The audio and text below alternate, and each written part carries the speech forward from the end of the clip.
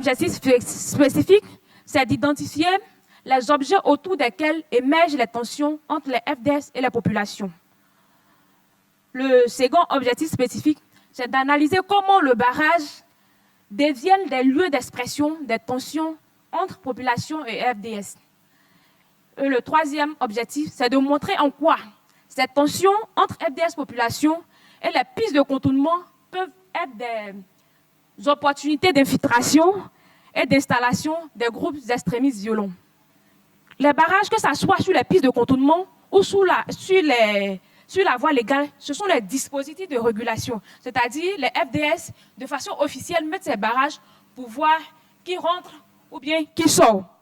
Mais de façon officieuse, ce sont des espaces de marchandisation de la fermeture des frontières. Parce que quand tu arrives au barrage, quand je suis partie avec l'agent de moto-taxi, arrivé au barrage, il nous a demandé où est-ce que vous partez.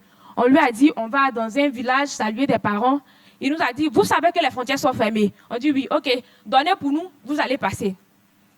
Il y avait un autre groupe qui était arrivé, on leur a demandé de soulever le barrage, ils vont passer. C'est-à-dire, il faut donner quelque chose et puis on va te laisser passer. C'est-à-dire, ces espaces, ces barrages ne sont plus des lieux de contrôle de l'identité ou bien même de ce que tu as pour passer. Mais ce sont des lieux où les FDS sont là pour raqueter, pour demander de l'argent, pour stocker de l'argent aux passagers pour passer. Il faut aussi noter que la fermeture de frontières, au niveau de la fermeture de frontières, a aussi brisé les liens. Parce que la frontière, c'est un espace de transaction. Transaction de la vie sociale.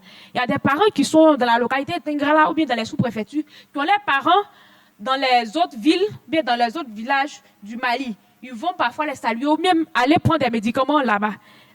Il y a d'autres même qui quittent la ville de Tengrela ou bien les villages pour aller se faire soigner dans le premier village Kakoli qu'on trouve. Ils vont se faire soigner là-bas. C'est aussi un espace économique. Il y a des Maliens ou bien des personnes qui quittent là-bas pour venir acheter l'essence en Côte d'Ivoire dans les stations. Au niveau de Tengrela, ils viennent acheter l'essence et puis ils retournent là-bas. La question de l'identité Peul.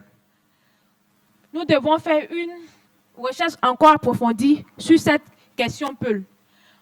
Nous devons aussi faire des analyses approfondies sur des enjeux socio-économiques et politiques du maintien de la fermeture des frontières. C'est-à-dire, pourquoi jusque-là, les frontières sont restées fermées malgré la démultiplication des pistes de contournement.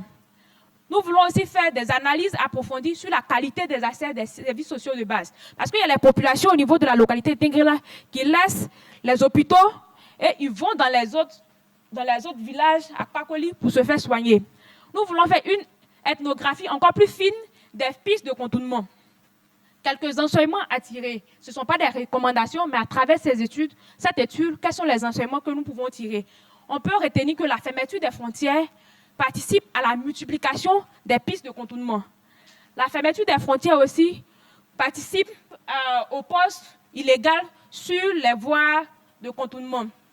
On peut retenir aussi que la fermeture des frontières est une décision administrative qui donne lieu à la marchandisation des services publics de base. Et la fermeture des frontières amplifie le phénomène du racket. La multiplication des frontières aussi participe à la stigmatisation et à la marginalisation des non-nationaux.